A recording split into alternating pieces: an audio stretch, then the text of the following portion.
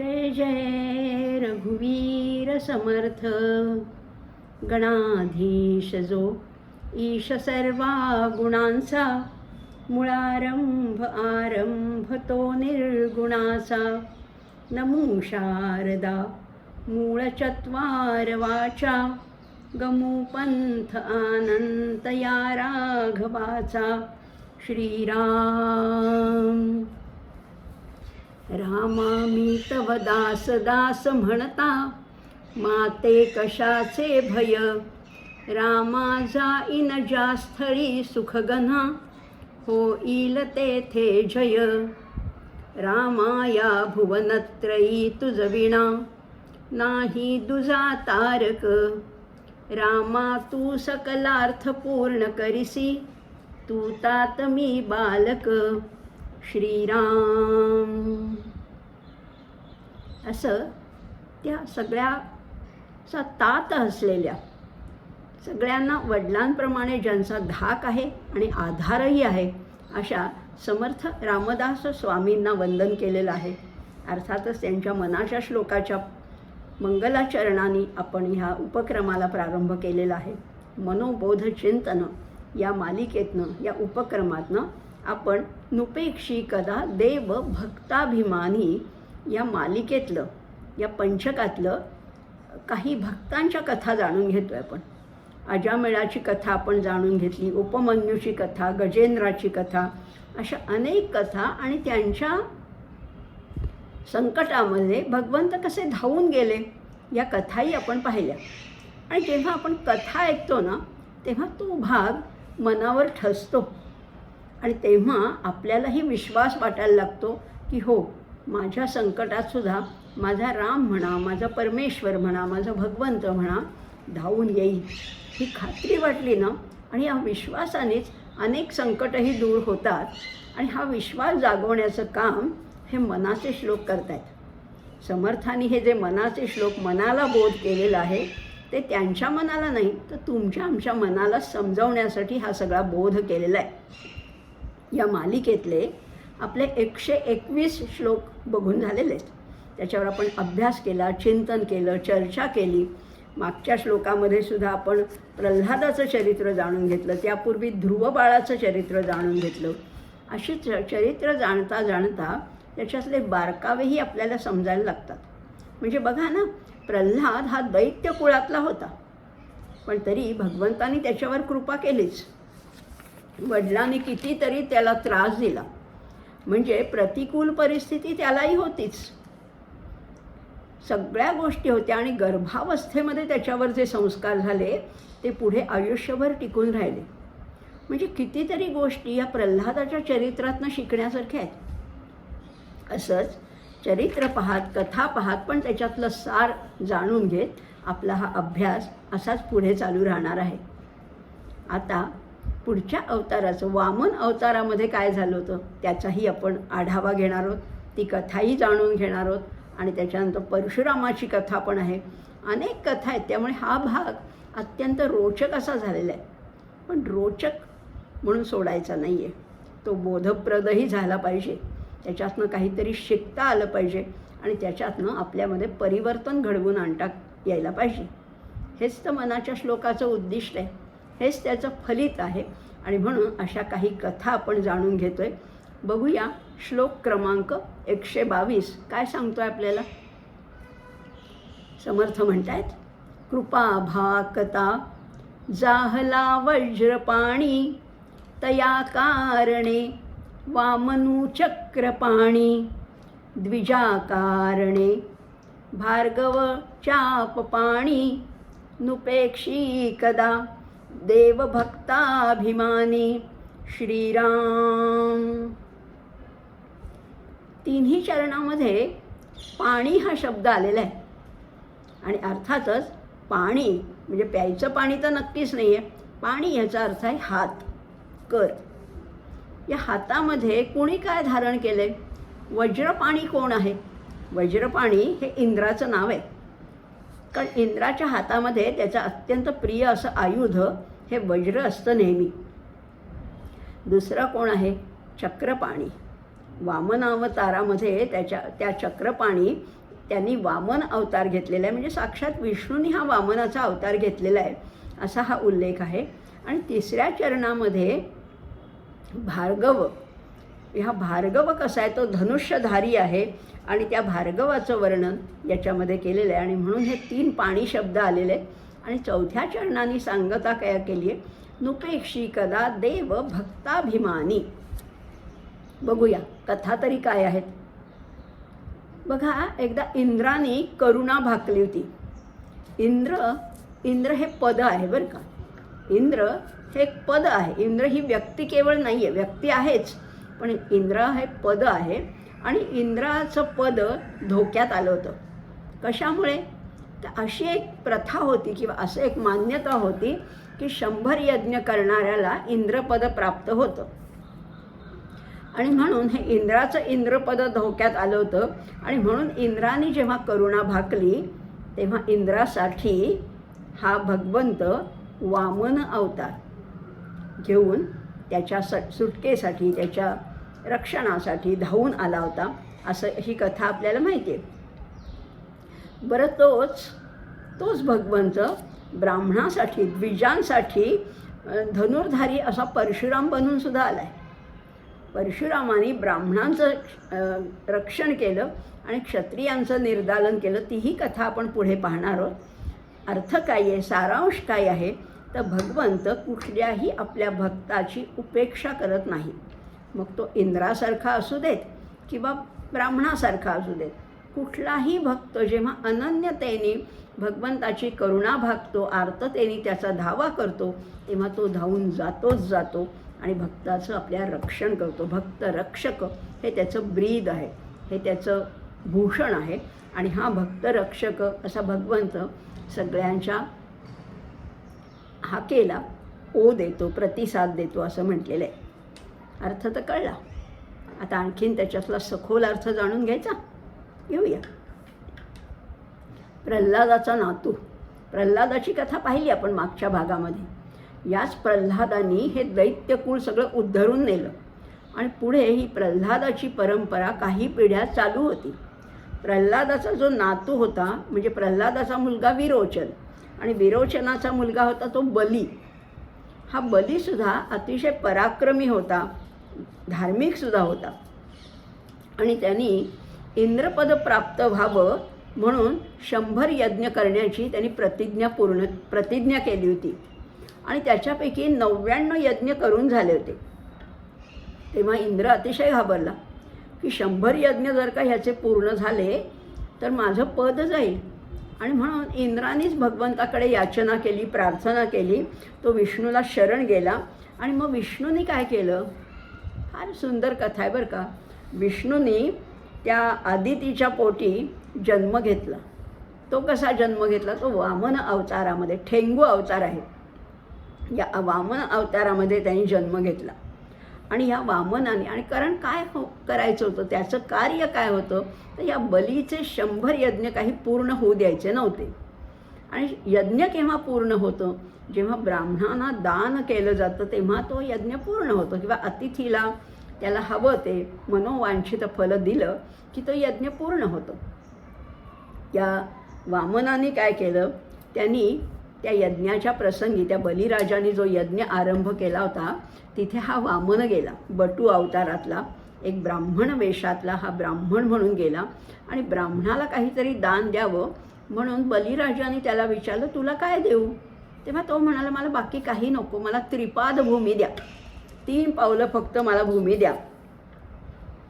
आता हा सगळा कावा होता, हे सगळं जे ही लीला होती. आणि हे दैत्यांचे जे गुरु आहेत शुक्राचार्य, त्यांनी ओळखलं होतं. आणि म्हणून त्यांनी काय युक्ती केली की त्या बलिराजाने जी झारी हातात घेतली होती, आणि झारीतनं पाणी दिलं जातं, ते आचमन केल्यानंतर तो संकल्प पूर्ण होतो. त्या झारीमध्ये जाऊन शुक्राचार्य बसले आणि झारीतलं पाणी काही पडेना. त्यामुळे तो यज्ञ संकल्प काही पूर्ण होण्याची शक्यता नव्हती. पण काही करून बलीला तो संकल्प पूर्ण करायचाच होता. आणि त्यांनी ते सगळे अडथळे दूर केले. आणि या उदार मनाच्या अशा बलीने वामनाच्या हातावर उदक सोडलं आणि आपला संकल्प सांगितला. तसंच लगेच काय झालं, वामनाने त्रिपादभूमी मागितली. यांनी पण संकल्प सोडला आणि याच क्षणी वामनाचा मोठा विस्तार व्हायला लागला. या वामनाने विराट स्वरूप धारण केलं. एका पावलाने त्यांनी पृथ्वी व्यापून टाकली, दुसऱ्या पावलाने आकाश किंवा स्वर्ग व्यापून टाकला. आता तो म्हणाला, तिसरं पाऊल ठेवू तरी कुठे? तेव्हा या दानशूर अशा बलीने आपलं मस्तक पुढे नमवलं आणि तो म्हणाला, माझ्या मस्तकावर पाय ठेव. पडत्या फळाची आज्ञा घेऊन वामनाने त्या बलीच्या मस्तकावर पाय ठेवला आणि त्याला पाताळामध्ये खाली ढकललं. कारण एखाद्या राक्षसाने इंद्र होणं हे सृष्टी रक्षणाच्या दृष्टीने हिताचं नव्हतंच. मुळे चांगला होता, बली अत्यंत चांगला होता, दानशूर होता, धार्मिक होता, पण तरीसुद्धा त्याची जी भक्ती होती तीसुद्धा सकामच होती. म्हणजे हा बली कितीही धार्मिक असला तरी तो निष्काम भक्त नव्हता बरं का. म्हणजे हे यज्ञ यागादी ही धार्मिक कृत्य करून त्याला वाटत होतं आपण सामर्थ्य मिळवावं, इंद्रपद प्राप्त करावं आणि त्याचा उपयोग सत्ता संपत्ती मिळवण्याकडे करावा, अशी त्याची एक सुप्त इच्छा होती. पण होतं काय, तर तो खरं काही झालं तरी तो प्रल्हादाचा नातू होता आणि म्हणून बलीने कुठे पाऊल ठेवू असं जेव्हा बलीला सांगितलं त्यांनी कुठे पाऊल ठेवू, तेव्हा त्यांनी मस्तक पुढे केलं आणि त्यांनी तिथे तिसरा पाय ठेवायला सांगितला. हे ऐकूनच, हे पाहूनच विष्णू प्रसन्न झाले आणि त्यांनी त्याला वर दिला की पुढच्या मन्वंतरामध्ये तू इंद्र होशील. ह्या जन्मी जरी तुझी इंद्रपदाची इच्छा अपूर्ण झाली तरी पुढच्या जन्मी तू निश्चितपणाने इंद्रपद प्राप्त होशील. आणि खरंच विष्णूने आपलं वचन पाळलेलं आहे. विष्णू स्वतः त्या बलीचे द्वारपाल होऊन राहिलेत असंही वर्णन आहे. म्हणजे सगळ्यांच्या इच्छा पूर्ण करणारा, भक्तांच्या मनोकामना पूर्ण करणारा असा हा भगवंत आहे. आजच्यासारखं नव्हतं तेव्हा. आजच्या प्रथेप्रमाणे जर का झालं असतं, आजच्या राज्यकर्त्याप्रमाणे झालं असतं तर आपल्या माणसाला संतुष्ट करण्यासाठी आणखी एखादं इंद्रपद तयार केलं गेलं असतं. आता नाही का, मुख्यमंत्रीपद, उपमुख्यमंत्रीपद सुरूच असतं ना, 2-2 मुख्यमंत्रीसुद्धा असतात. किंवा इंद्रपदाबरोबर त्यांनी उपेंद्रपद नाही मिळवलं किंवा स्थापन केलेलं नाही आहे, किंवा अधिकारपद वाढवण्याचं तंत्रही वापरलं नाही आहे, किंवा कुणाला संतुष्ट करण्यासाठी असं कुठलीही गोष्ट तेव्हा केली गेली नाही.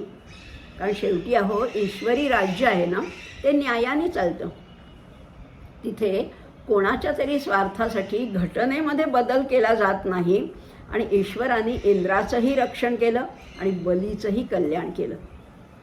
मागेही पाहिले आपण, गजेंद्र मोक्षामध्ये गजेंद्राच्या धाव्याला धावून हाकेला धावून गेला भगवंत, पण त्यांनी त्या मगरीचं सुद्धा रक्षण केलेलं आहे, मगरीला सुद्धा उद्धार केलेला आहे. प्रल्हादाच्या कथेत प्रल्हादाचं रक्षण केलं, पण हिरण्यकश्यपूचा सुद्धा उद्धारच केला आहे. इथे देखील बलीचाही उद्धार झाला, इंद्राचंही रक्षण झालं. म्हणजेच याच्यातनं शिकायचं काय आहे, कोणत्याही पातळीवर भगवंत भक्ताची उपेक्षा नाहीच करत. मग तो भक्त कुठलाही असो, आर्त असो किंवा अर्थार्थी असो. गीता सांगतेच, आर्तो जिज्ञासुरर्थार्थी ज्ञानीच भरतर्षभ. कुठल्याही प्रकारचा भक्त असला तरी भगवंत त्याची उपेक्षा करत नाही. दुसरी कथा पण अशीच आहे. द्विजाकारणे जाहला चाप पाणी. द्विज म्हणजे कोण, चाप म्हणजे काय बघूया. परशुरामाची कथा आहे. परशुराम हा जमदग्नीचा मुलगा होता. एकदा त्या जमदग्नीच्या आश्रमामध्ये जी गाय होती, नंदिनी नावाची गाय होती, ती सगळ्या इच्छा पूर्ण करायची. आणि जेव्हा सहस्रार्जुन किंवा कार्तवीर्य राजा जेव्हा ऋषींच्या आश्रमात आला तेव्हा सगळ्यांचं त्यांनी समाधान केलं. तेव्हा त्यांनी त्याचं कारण विचारलं असताना त्यांनी नंदिनी गायीकडे निर्देश केला. आणि अशा या कार्तवीर्य अशा सहस्रार्जुनाने त्या जमदग्नीच्या आश्रमातली गायच पळवून नेली. तेव्हा कर्मधर्म संयोगाने परशुराम काही तिथे नव्हते, पण परत आल्यानंतर त्यांनी कार्तवीर्याशी युद्ध केलं आणि त्याला ठार केलं. मग कार्तवीर्याची जी मुलं होती त्यांनी मात्र ह्याचं उष्ट काढण्यासाठी पुन्हा परशुराम जेव्हा आश्रमात नव्हते तेव्हा त्यांनी जमदग्नीला एकटं गाठून ठार मारलं आणि त्यांच्यावर 21 ठिकाणी प्रहार केले, जखमा केल्या आणि त्यांना मारून टाकलं. हे पाहून परशुरामाने असा पण केला की हे क्षत्रिय फार उन्मत्त झालेले आहेत आणि ह्यांचं निर्दालन केलंच पाहिजे आणि माझ्या वडिलांवर 21 वेळा वार केले म्हणून मी 21 वेळा ही पृथ्वी निक्षत्रिय करणार आहे, असा त्यांनी भयंकर पण केला. संपूर्ण क्षत्रियांचा संहार करायचं त्यांनी मनाशी पक्क केलं आणि त्यांनी हा पण आपला पुढे सिद्धीला पण नेला. मात्र शेवटी आणि हे सगळं होत असताना त्याला अजून एक क्षत्रिय भेटला. 21 वेळा निक्षत्रिय केली पृथ्वी, पण एक क्षत्रियाने मात्र त्याचं सगळं जे गर्वाचं हरण केलं तो म्हणजे भगवान रामचंद्र. प्रभू रामचंद्राने या परशुरामाचं गर्वहरण केलं, कारण त्याला आपल्या ब्राह्मण्याचा सुद्धा गर्व होता आणि म्हणून त्याचा रामावर सुद्धा राग होता. पण त्यामुळे हृदयम जामदग्न्यजित असं रामरक्षेत म्हटलंय ना, म्हणजे जमदग्नीचा जो मुलगा परशुराम त्याचं हृदय कोणी जिंकलं? प्रभू रामचंद्राने जिंकलेलं आहे.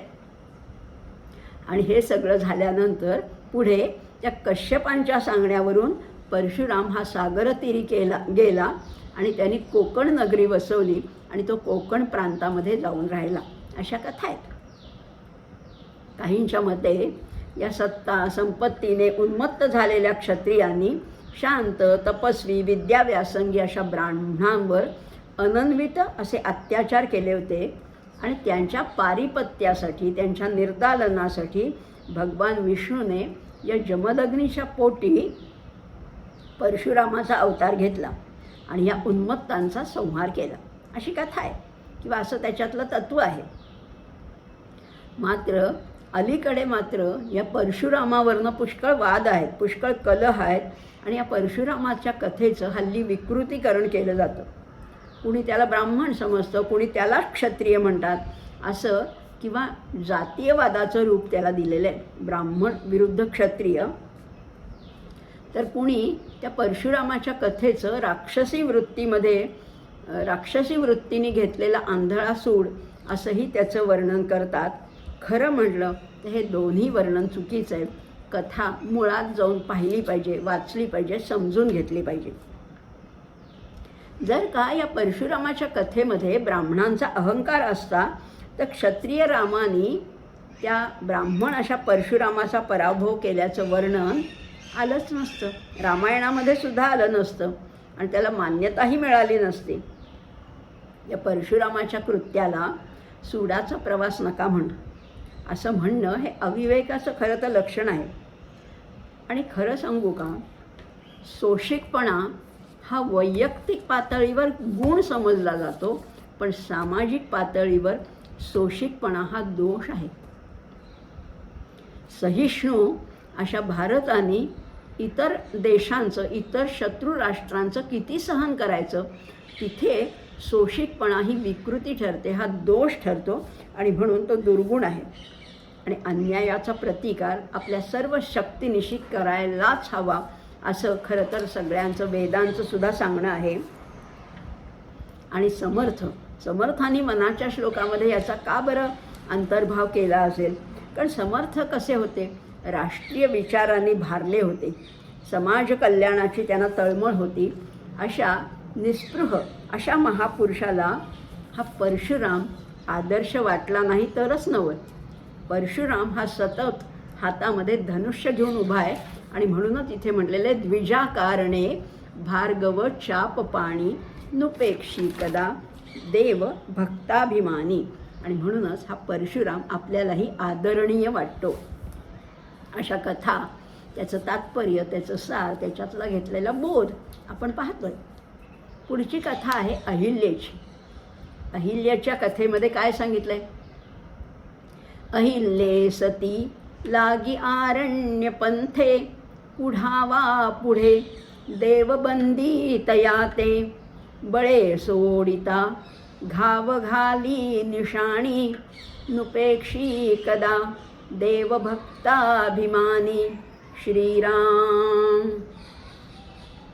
अहिल्याची कथाही आपल्याला परिचित आहे. जेव्हा सीतेच्या शोधासाठी जेव्हा राम लक्ष्मण अरण्यातनं पायी चालले होते, तेव्हा एका शिळेला त्याचा पाय लागला आणि साध्वी असलेल्या अहल्येचा श्रीरामाने उद्धार केला. त्याच्यानंतर मग त्यांनी रावणाने ज्या देवांना बंदिवासात ठेवलं होतं, अशा देवांनाही त्यांनी सोडवलं. त्याच्यासाठी पुढे त्याला युद्धही करावं लागलं, आपलं सामर्थ्यही वापरावं लागलं. तात्पर्य काय आहे?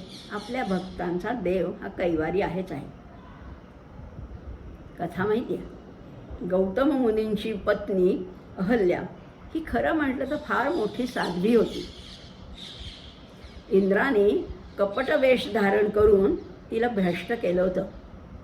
पतीच्या शापामुळे ती अरण्यामध्ये शिलाहून पडलेली होती. कारण त्या गौतम ऋषींना तो व्यभिचार वाटला. इंद्राबरोबर तिने संग केला हे त्यांना पसंत पडलं नाही. त्या व्यभिचारासाठी त्यांनी या अहल्येला शाप दिला होता की तू शिळाहून जड होऊन पडशील. मात्र उशापही दिला होता की कधीतरी तुझा उद्धार होईल, एखाद्या थोर सत्पुरुषाच्या परमेश्वराच्या पदस्पर्शाने तुझा उद्धार होईल असा उशापही दिला होता. आणि जेव्हा राम आणि लक्ष्मण सीता स्वयंवरासाठी विश्वामित्र ऋषींच्या बरोबर मिथिला नगरीला चालले होते, तेव्हा वाटेत विश्वामित्रांच्या बरोबर चालले असताना सहजच श्रीरामांचा पाय एका शिळेला लागला आणि त्या शिळेतून एक स्त्री प्रगट झाली. तीच होती अहल्या. भगवंताच्या चरणाचा स्पर्श होताच अहल्या पुन्हा स्त्री रूपाने प्रगट झाली आणि पुढे तिला मोक्षही प्राप्त झाला. अशा कथा आहेत. बरं, हे सगळं करून जेव्हा सीतेच्या शोधासाठी राम लक्ष्मण गेले, तेव्हाही अनेकांचा उद्धार झालेला आहे. आणि रावण हा कोणी सामान्य नव्हता. तो अत्यंत मोठा तपस्वी होता. फार मोठी तपश्चर्या करून त्याने अनेक शक्ती प्राप्त करून घेतल्या होत्या. शिवशंकराकडनं अनेक वरदान प्राप्त केलेले होते आणि त्या जोरावर त्यांनी अनेक देवतांना आपल्या बंदिवासात ठेवलं होतं. 14 चौकड्यांचं राज्य या रावणाचं होतं. आणि अशा रावणाबरोबर श्रीरामाने युद्ध केलं आणि घाव निशाणी घातलेला. निशाणी म्हणजे लक्ष्यावर घाव घालून आपल्या सामर्थ्याच्या जोरावर रावणाचा पूर्णपणाने निप्पात केला आणि सगळ्या देवांची मुक्तता केली. कथा माहिती आहे. अहिल्ये सती लागी आरण्य पंथे, पुढावा पुढे देव बंदी तयाते. देवांची सुद्धा सुटका केली आहे. बळे सोडिता घाव घाली निशाणी, नुपेक्षी कदा देवभक्ताभिमानी. ईश्वराची अनेक नावं आहेत. एक नाव आहे भक्तपालक, भक्त संरक्षक. या ब्रीदाचा सगळ्या पुराणांनी अत्यंत मोठ्याने जयघोष केला आहे, उद्घोष केलेला आहे. आणि हे जाणायचं आहे आणि माणसाने हे लक्षात ठेवायचं आहे की तो परब्रह्मस्वरूप भगवंत कधीही उपेक्षा आपली करणार नाही. आणि एकदा असा दिलासा मिळाला ना की पुढच्या वाटचालीला एक प्रकारचं बळ प्राप्त होतं. या भक्तिमार्गाने चालण्याची इच्छा दृढावते, बळावते आणि हा भक्तिमार्ग सुकर सुलभ वाटायला लागतो. आणि इथे केवळ रामावताराचंच महत्त्व नाही आहे. म्हणजे इथे अहिल्येचा उद्धार केला हाही उल्लेख आला आहे आणि देवांची मुक्तता केली हेही आहे. पण इथे केवळ रामाचा उल्लेखच केलेला नाही आहे. या संपूर्ण श्लोकामध्ये राम हा शब्दच आलेला नाही आहे. इथे समर्थ म्हणतात नुपेक्षी कदा देवभक्ताभिमानी. त्यामुळे राम हा सुद्धा हा दाशरथी राम नाही आहे, तर हे परमात्म्याचं, परब्रह्माचं, भगवंताचं, परमेश्वराचं स्वरूप आहे असं सांगायचं आहे. आणि म्हणून समर्थ इथे देव म्हणतात, राम नाही म्हणत आहे. त्यामुळे इथे विशिष्ट नाम असं टाळलेलं आहे आणि देव हे सामान्य नाम वापरलेलं आहे. ईश्वरवाचक असं नाव त्यांनी स्वीकारलेलं आहे. बोध घ्यायचा आहे, भक्ती करा, अनन्य भावानी, शरणागत भावानी भक्ती करा. तुमच्या संकटामध्ये देव तुम्हाला कधीही एकटं सोडणार नाही. तुमची कुठल्या ना कुठल्या रूपामध्ये सुटका होईल. काहीतरी मार्ग सापडेल हेच समर्थांना आपल्यासाठी सांगायचं आहे. आता उत्तम भक्तामध्ये द्रौपदीचा उल्लेख आल्याशिवाय राहील का? द्रौपदी तर किती घोर अशा धर्मसंकटात सापडलेली होती. त्या द्रौपदीसाठी तर तो कसा धावून आला आपल्या सगळ्यांनाच कथा माहिती आहे. पण आधी आपण श्लोक बघूया आणि मग कथा बघूया. तये द्रौपदी कारणे लाग वेगे, त्वरे धावतु सर्व सांडूनि मागे.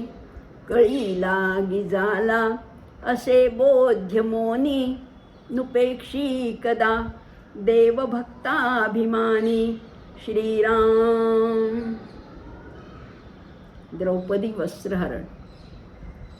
त्या धर्मसभेमध्ये, त्या सगळ्या मोठ्या कुरूंच्या सभेमध्ये त्या द्रौपदीला कशी तिची विटंबना केली, कसे तिचे हाल केले, कसं तिचं वस्त्रहरण केलं, या कथा तर माहिती आहे. पण या द्रौपदीने अत्यंत आर्ततेने कोणीही दुसरा नाही असं समजून शरणागत भावाने त्या श्रीहरीला हाक मारली. आणि खरंच भगवान श्रीकृष्णाने सगळं सोडून तो तिच्या मदतीसाठी धावला. तातडीने चटदिशी तिच्यासाठी तो धावून आला. असा हा श्रीकृष्णाने या द्रौपदीची सुटका कशी केली, मुक्तता कशी केली, तिचं लज्जा रक्षण कसं केलं, या कथा माहिती आहेत. मग या कलियुगात नाही का हो? कलियुगात हा कृष्ण कुठे गेला आहे? मागच्या भागामध्ये आपण रामाचं वर्णन पाहिलं, याच्यामध्ये कृष्णाचं वर्णन पाहतोय. मग आत्ता कृष्ण नाही आहे का? कृष्णावतार आत्ता नाही आहे का? आहे ना. आता या कलियुगामध्ये सुद्धा कळी लागी झाला असे बोध्य मोनी बुद्धाचा अवतार आहे. आणि त्यांनी या बुद्धांनी मौन व्रत घेतलेलं आहे. असा हा देव भक्तांची कधीही उपेक्षा करत नाही. अशा कथा बघणार आहोत आपण. द्यूत हे धर्मशास्त्राचं एक अंग आहे बरं का. हे धर्मशास्त्राचं म्हणजे रणांगणावर युद्ध करण्याबरोबरच नीतिशास्त्रामध्ये असं सांगितलं की द्यूताच्या माध्यमातून सुद्धा तुम्ही युद्ध जिंकू शकता. आणि खरंच धर्मराजाने हे शकुनीचं, हे दुर्योधनाचं आव्हान स्वीकारलं आणि तो द्यूत युद्धामध्ये त्यांनी भाग घेतला, सहभाग घेतला. अशा वेळेला त्या धर्मराजाने एक एक गोष्ट पणाला लावली. पहिल्यांदा आपलं राज्य लावलं, आपले भाऊ लावले, स्वतः लावलं. आणि तरीसुद्धा सगळ्या वेळेला तो हरत गेला.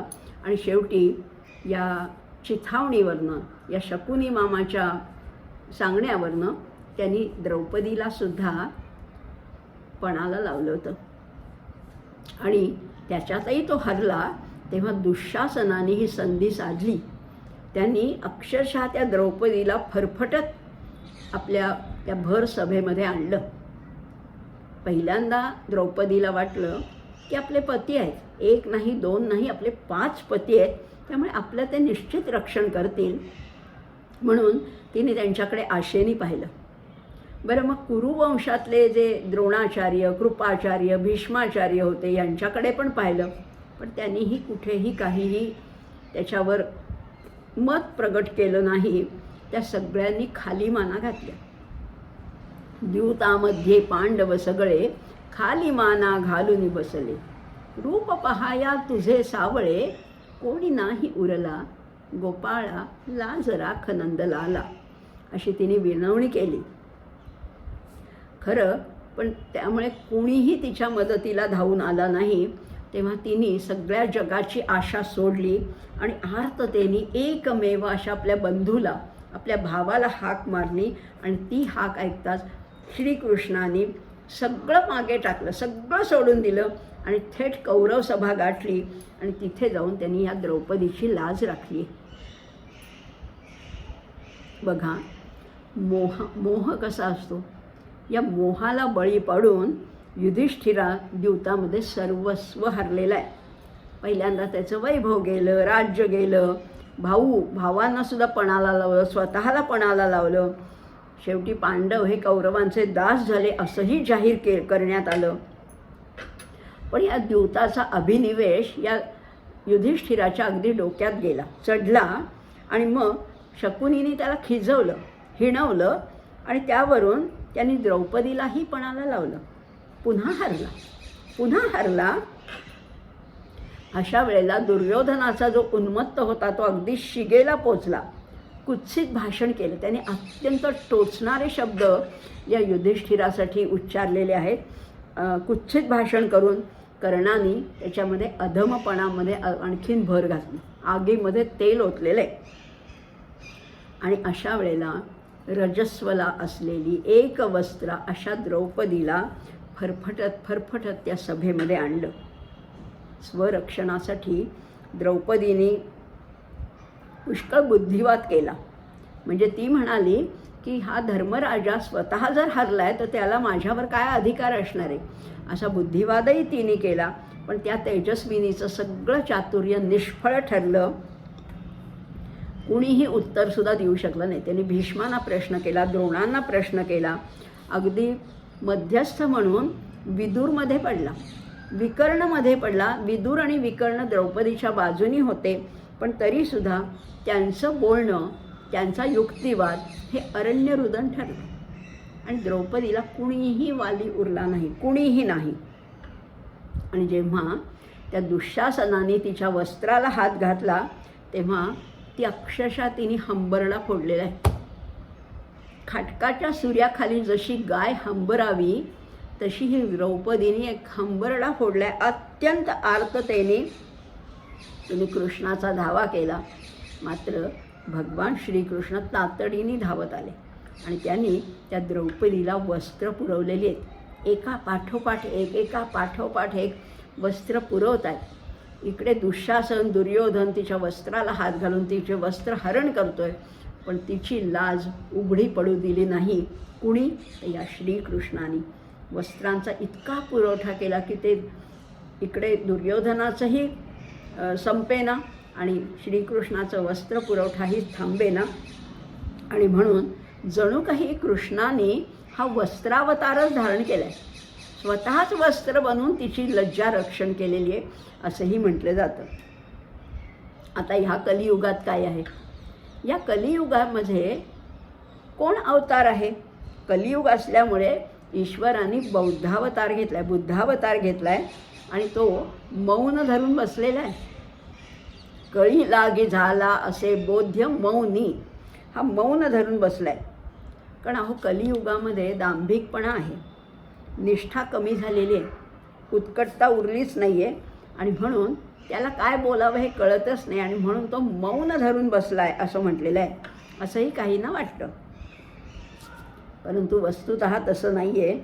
भक्तांचा जो ईश्वर आहे, जो भगवंत आहे, तो आहे तसाच आहे. पालिता गोपसुंदर्यः स कृष्ण पापी न गतः. ज्या कृष्णाने या गोपिकांचं रक्षण केलेलं आहे, त्यांना प्रेम दिलेलं आहे, असा कृष्ण कुठेही गेला नाही, तो आजही आहे असं म्हटलं जातं. अशा ह्या अवतारांचं वर्णन आपण पाहतोय. भक्तांच्या कथा पाहत असताना या भक्तांच्या रक्षणासाठी भगवंतानी काय काय केलेलं आहे ह्या सगळ्या गोष्टी या कथारूपाने पाहतोय आणि त्याचे अवतारही पाहतोय.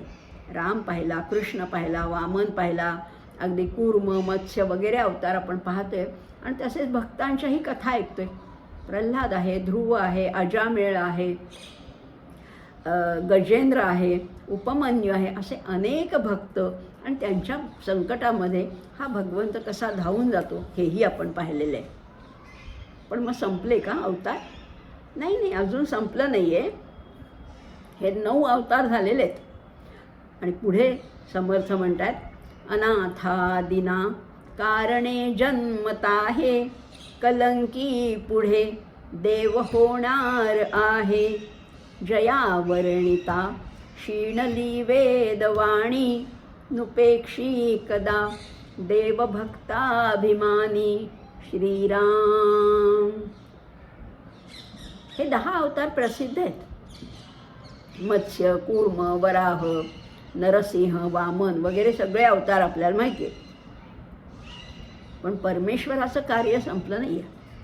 परमेश्वर अजूनही दीन अनाथांच्या रक्षणासाठी कधीही धावून येतो.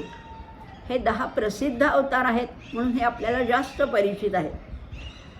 पण अत्यंत सामान्य भक्तासाठी सुद्धा, अगदी तुमच्या माझ्यासाठी सुद्धा हा भगवंत धावून येतोच. आपल्यालाही कधीतरी कुणाच्या तरी मार्फत अनपेक्षित अशी मदत मिळतेच की नाही. कधीतरी संकटामध्ये आपण असतो, सगळे मार्ग खुंटलेले असतात, पण कुठून तरी प्रकाशाचा एक झोत येतो, एक झरोका येतो, एक तिरीप येते आणि आपल्या संकटामधनं आपली मुक्तता होते. आणि तेव्हा आपण म्हणतो की अगदी देवासारखा आलास. देव आहेच, वेगळ्या रूपात असेल, कधी माणसाच्या स्वरूपात असेल, कधी प्राण्याच्या स्वरूपात असेल, कधी वस्तूच्या स्वरूपात असेल, पण तो सगळ्यांसाठी धावून येतोच, आजही येतो. त्यामुळे सगळ्या भक्तांच्या रक्षणासाठी तो अवतार घेतोच आहे. आत्तापर्यंत जरी 9 अवतार झाले असले तरी अजून एक अवतार आहेच, कल्की, किंवा ज्याला कलंकी असं म्हणतात. हा अवतार अजून झालेला नाही आहे, पण होणार आहे. केव्हा होणार आहे? तर या कलियुगाच्या अखेरीला तो होणार आहे असं मानलं जातं. आणि तेव्हा काय होणार आहे बघा, आत्ताच त्याची सुरुवात झालेलीच आहे खरं म्हटलं तर. वैदिक संस्कृती म्हणजे काय? आर्य संस्कृती म्हणजे काय? तर आर्य शब्द हा सभ्यतेच्या दृष्टीने सभ्यता सूचक असा शब्द आहे. आदर्श कसं असावं? तर आर्यांसारखं असं म्हटलेलं आहे.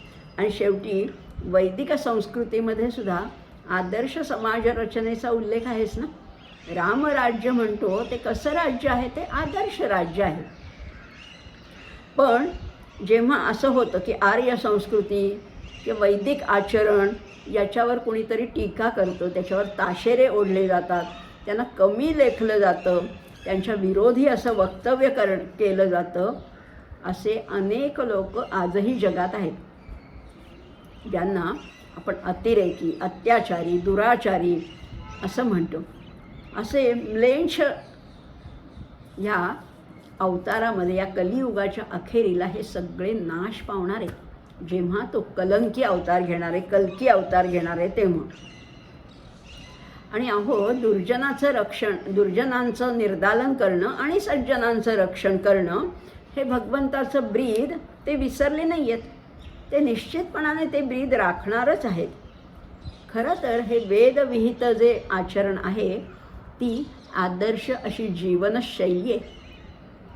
ते कुठल्या जातीचं, कुठल्या धर्माचं, कुठल्या पंथाचं वागणं नाही आहे. तर माणसाने आदर्श जीवन कसं जगावं हे सांगणारं जे वैदिक तत्त्व आहे तेच आपल्याला मार्गदर्शक खरं तर ठरत असतं. पण काही लोकांना, म्हणजे जसं पूर्वीसुद्धा ऋषीमुनींनी केलेले यज्ञ दैत्यांना आवडत नव्हते, असुरांना आवडत नव्हते, कारण त्यामुळे त्यांच्या स्वैराचारावर बंधनं यायची. आधीच सगळे आदर्श वागायला लागले तर ह्या दुर्जनांनी कुठे जायचं? आणि म्हणून हे दुर्जन, दुष्ट लोक त्याला विरोध करतात. आज काय आहे? आजही तेच तत्व आहे. खरं तर वेदांनी सांगून ठेवलेलं आहे, सगळे भोग घ्यायला वेदांची मान्यता आहे. 4 पुरुषार्थ 16 खांबावर आपली ही भारतीय संस्कृती, हिंदू संस्कृती ही 16 खांबावर उभी आहे. 4 पुरुषार्थ आहेत, 4 वर्ण आहेत, 4 आश्रम आहेत आणि 4 उपासना पद्धती आहेत. याच्यावर ही संपूर्ण 16 खांबावर हे वेदाचं मंदिर उभं आहे. पण हे काहींना मान्य नाही आहे आणि ते म्हणतात आम्हाला हे काहीच मान्य नाही आहे. वेद सांगतात की शास्त्राच्या चौकटीमध्ये राहून तुम्ही अर्थ आणि भोगाचा उपभोग जरूर घ्या. पण 4 पुरुषार्थामध्ये धर्म, अर्थ, काम, मोक्ष सांगितलेच आहेत. पण ह्या स्वैराचारी लोकांना हे मान्य नाही आहे.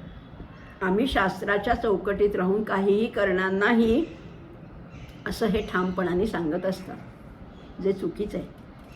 स्वैराचाराला काहीतरी आळा घातलाच पाहिजे. कुठलाही अतिरेक वाईट असं आपल्या वेदामध्ये प्रतिपादन आहे. खरं म्हटलं ना तर या वेदांच्या प्रतिपादनाप्रमाणे, त्यांच्या मार्गदर्शनाप्रमाणे जर का सगळ्या मानवांचं आचरण राहिलं तर ह्या जगामध्ये, या विश्वामध्ये शांतता, सुव्यवस्था प्रस्थापित होईल. जे खळांची व्यंकटी सांडो तया सत्कर्मी प्रति वाढो, भूता परस्परे पडो मैत्र जीवांचे, असं माऊलींचं मागणं आहे. पण आज दिसत नाही ना, चित्रात असं दिसत नाही आहे. चांगलं वागणाऱ्याला, सदाचरणी माणसाला कमी लेखलं जातं, हीन लेखलं जातं, त्याची टिंगल केली जाते. पण जगच असेल. वाईट तितुके इथे पोसले, भलेपणाचे राज्य नासले, या पृथ्वीवर या मानवाला नाही दुसरा आधार, उद्धवा अजब तुझे सरकार. अशीच अवस्था आज जगाची आहे. परंतु ही जी वेदवाणी आहे ना, ही वेदवाणी सुद्धा शिणली आहे. जया वर्णिता शिणली वेदवाणी. म्हणजे ही का शिणली आहे बरं? पण वेद हे शब्दाच्या माध्यमातून प्रकट होतात, पण शब्द जिथे मौनावतात, शब्द जिथे मुके होतात, निष्प्रभ होतात, तिथे वेदवाणी तरी काय करू शकणार? आणि या वेदवाणीला सुद्धा या परब्रह्माचं वर्णन नाही करता येत. ते भगवंताचं खरं स्वरूप वेदांना सुद्धा दर्शवता येत नाही. मग भगवंताचं वर्णन करणार तरी कोण? भगवंत कसे आहेत? उज्ज्वल चरित्र आहेत, षडैश्वर्य गुणांचं साम्राज्य जिथे आहे, अशा भगवंताचं वर्णन करणं व्यासांसारख्या अलौकिक प्रतिभा लाभलेल्या महापुरुषाला सुद्धा शक्य झालं नाही, तर वेदवाणी तरी काय करणार? कुणीही त्याचं वर्णन करू शकत नाही, वेदांनाही ते साधलेलं नाही आहे. मग आम्ही काय करायचं? आमच्यासारख्या सामान्यांनी, प्रापंचिकांनी त्या भगवंताचं रूप कुठे शोधायचं? बघा ना, आहे लगेच त्याला उत्तर आहे. आपल्याकडे श्रुती आहेत, स्मृती आहेत, सद्ग्रंथ आहेत, संत वचन आहेत, थोर महात्मे आहेत, त्यांची चरित्र आहेत, ती अभ्यासायची. त्यांनी जो बोध केला आहे तो समजून घ्यायचा, आचरणात आणायचा, त्याच्यावर विश्वास ठेवायचा आणि उत्तम मार्गाने म्हणजे भक्तिपंथाने जायचे. गमू पंथ आनंत या राघवाचा. या भक्तिपंथाने जाण्यासाठीच या सगळ्या कथा आहेत, ही सगळी उदाहरणे आहेत या भक्तिपंथासाठीच आहे. आणि ह्या सगळ्याचं तात्पर्य काय आहे? भगवंत आपल्या भक्ताची कधीही उपेक्षा करत नाही. हे संत वचन मात्र आपल्याला निश्चितपणाने आणि नीट ध्यानात धरायचं आहे. असं ध्यानात धरलं आणि त्या सदाचरणाच्या मार्गाने वाटचाल केली तर भगवंत आपल्या पाठीशी आहे. आपल्या संकटामध्ये, आपल्या आपत्तीमध्ये तो निश्चितपणाने धावून येणार आहे, असा विश्वास आपण या वचनावर ठेवूया. या मनाच्या श्लोकावर श्रद्धा ठेवून त्याचं जर का आपण आकलन करून घेतलं तर हे मनाचे श्लोक अतिशय उत्तम असं, मौलिक असं मार्गदर्शन करणारे आहेत. अशा त्या समर्थांना वंदन करूया. आपण सगळे श्रोते जगदीश मूर्ती आपणा सर्वांना वंदन करत आहे आणि इथेच विराम पावत आहे. जय जय रघुवीर समर्थ.